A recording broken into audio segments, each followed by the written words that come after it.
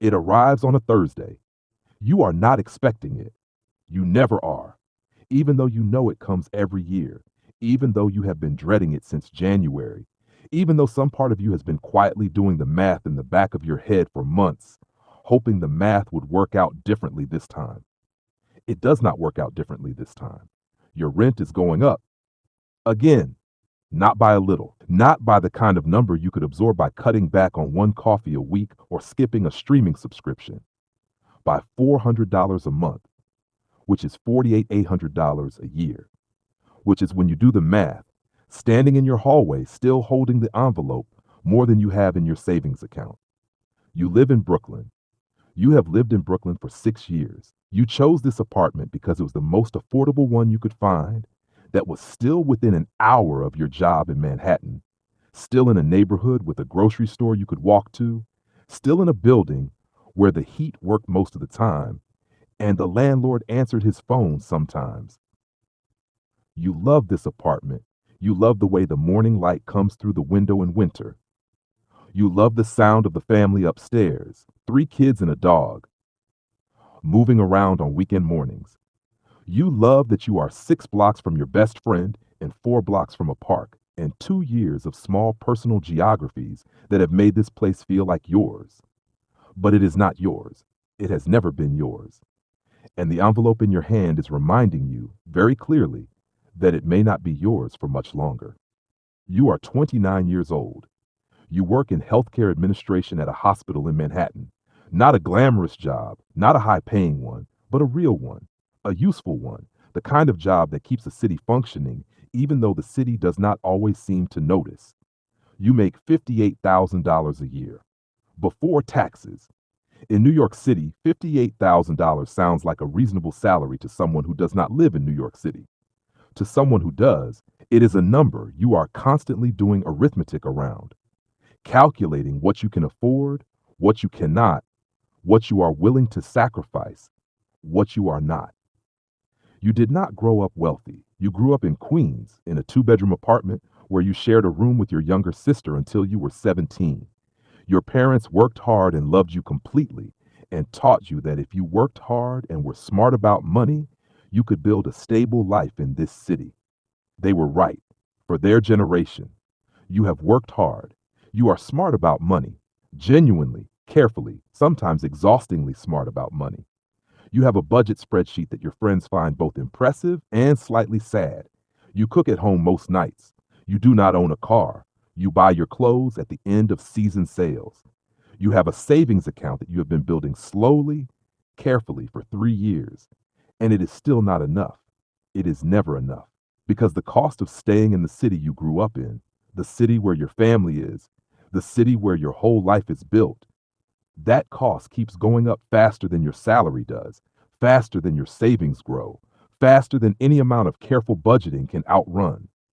The envelope in your hand is $400 a month, more than you can comfortably afford. And your landlord does not need your comfort. He needs your signature. You sit down at your kitchen table. You open your laptop. You do the math. Current rent, $2,100 per month. New rent, $2,500 per month. Monthly take home after taxes, approximately $3,600. You stare at those numbers for a moment. Then you keep going. Groceries, $350, $30. Phone, $85. Student loans, because of course student loans, $280. Utilities, $90. Health insurance copays, on average $60. Laundry, household supplies, the small unglamorous costs of existing, $100. Total expenses with new rent, $3,595. Monthly take home, $3,600. You will have $5 left at the end of every month. $5 for emergencies, for the unexpected, for the moments that life does not warn you about. A medical bill, a broken phone, a friend's wedding you want to actually be present at, one single dinner out, because you are a human being. And human beings occasionally need to sit across from another human being and eat food they did not have to cook themselves. $5. You close the laptop. You sit in your kitchen in your apartment that you love, in the city you grew up in the neighborhood that has become your home over 6 years, and you feel something that is not quite sadness and not quite anger, but lives exactly in between them. You feel squeezed. Not dramatically, not in a way that makes headlines, just steadily, constantly, invisibly squeezed, like the city is a hand that's been tightening around you for years and you have been pretending not to notice because noticing means admitting something you are not ready to admit. You cannot afford to live here anymore. You cannot afford to leave either. You spend the weekend looking for alternatives. You tell yourself you are just looking, just seeing what is out there, just being smart and proactive and not panicking. You are panicking. The listings are, there is no other word for it, absurd. A studio in Bushwick, no windows in the bedroom, $2,200 a month. A one-bedroom in the Bronx, fourth floor walk-up, boiler that the listing describes as occasionally temperamental, $2,400. A room in a shared apartment in Crown Heights. A room, not an apartment, a room in someone else's apartment with shared kitchen and bathroom, $1,800. $1,800 for a room in someone else's home. At 29 years old, you refresh the page, you adjust the filters, you look at neighborhoods you have never seriously considered. Farther from the subway, farther from your job, farther from your best friend and your parents, and the park and the family upstairs with the 3 kids and the dog. The numbers do not get better. They get slightly worse, actually, because the listings that are cheaper for reasons. Longer commutes, worse conditions, buildings with reviews that phrases like persistent mold issue and management unresponsive, and I would give 0 stars if possible. You look at New Jersey, you look at Connecticut, you look at the places that people look at when New York has finished with them, when the city has decided that their budget does not qualify them for residency anymore, and they need to find somewhere that wants them less but costs less too. You close the browser. You are not ready. You do not know if you will ever be ready. But you are beginning to understand that ready is not really the question. The question is how long you can hold on, and the envelope on your kitchen table is making the answer shorter. Here is what is happening in New York City, not to you specifically, to the city. The median rent in New York City in 2026 is $3,500 per month for a one-bedroom apartment.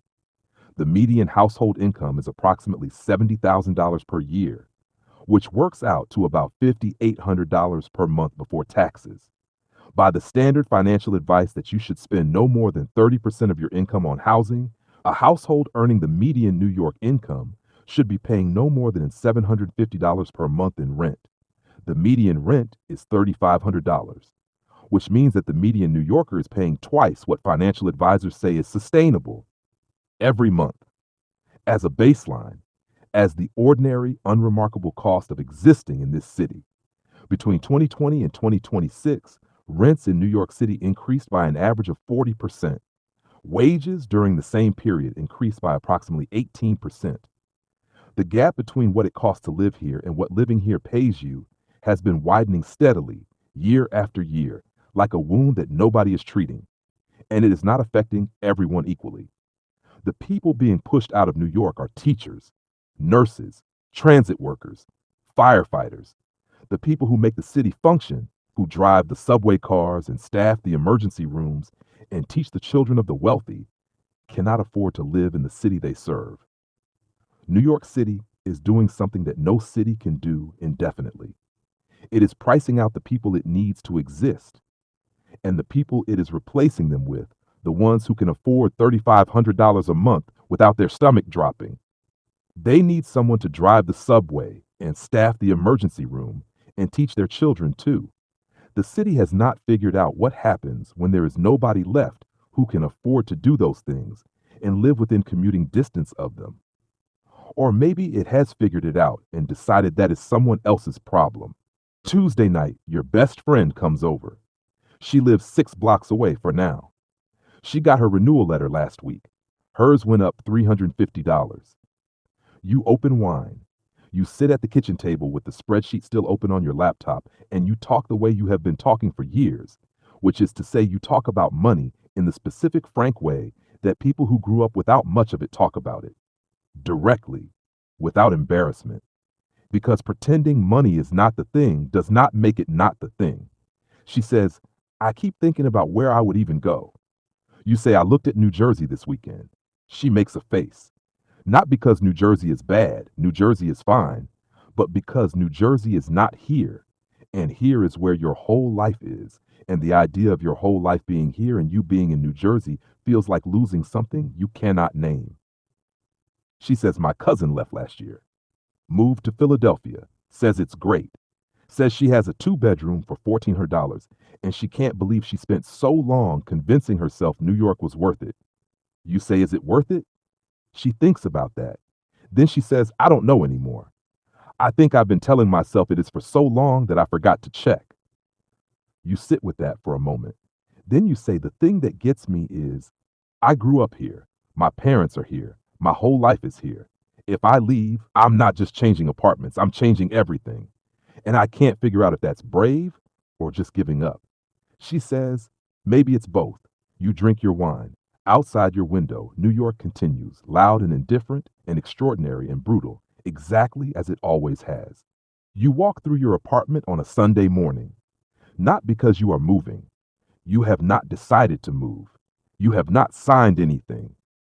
But you walk through it the way you might look at something you are afraid of losing, consciously, deliberately, trying to memorize it before you have to. The window where the morning light comes through in winter, the scratch on the kitchen floor from when you moved the table by yourself and it slipped, the spot on the living room wall where you hung a picture and then moved it, and the original mark is still faintly visible, a ghost of a decision you made 2 years ago. 6 years of living, 6 years of small marks and adjustments and routines, and this is mineness. The kind of belonging that you build slowly, incrementally, without noticing, until someone sends you an envelope and you notice all of it at once. You call your mother. She grew up in Queens. She raised you in Queens. She paid $600 a month in rent in 1995 for the apartment you grew up in. That same apartment rents for $2,800 today. She could not afford to raise you in the apartment she raised you in. She asks what you're going to do. You say you do not know yet. She says whatever you decide is the right decision. You say thank you. You both know that is not entirely true, but it is a kind thing to say. And kindness is not nothing. You sit on your couch. You look at the envelope on the coffee table. You have not signed it. You have not refused it. You are suspended in the specific paralysis of a decision that does not have a good option, only a least bad one, and you have not finished figuring out which one that is. You have 30 days to decide. You have 30 days to figure out whether you can find $400 more every month, or find a cheaper apartment in a city where cheaper is a relative, an increasingly theoretical concept, or leave the city you grew up in for somewhere that will cost you less money and more of something else that does not have a name, but is real. 30 days. The clock is running. You are not alone in this. That is the first thing I want you to know. Because one of the cruelest things about financial stress is how isolating it feels, how it convinces you that everyone else is managing fine, and you are the one who did something wrong, made the wrong choices, failed to figure out what everyone else apparently figured out. You did not do anything wrong. You are living through a housing crisis that is the result of decades of policy decisions. Decisions about zoning laws, about rent stabilization, about who gets to build what, where, and for whom, about the relationship between real estate investment and human beings who simply need a place to live. These decisions were made by people with more power than you, and the consequences are being paid by people with less. In New York City right now, there are over 90,000 people experiencing homelessness, the largest shelter population in the city's recorded history. These are not people who made catastrophically different choices than you. Many of them are people who had one bad month, one job loss, one medical bill, one landlord who decided that their apartment was worth more empty and renovated than occupied and affordable, one envelope. The distance between your life and theirs is shorter than the city wants you to believe. That is not meant to frighten you.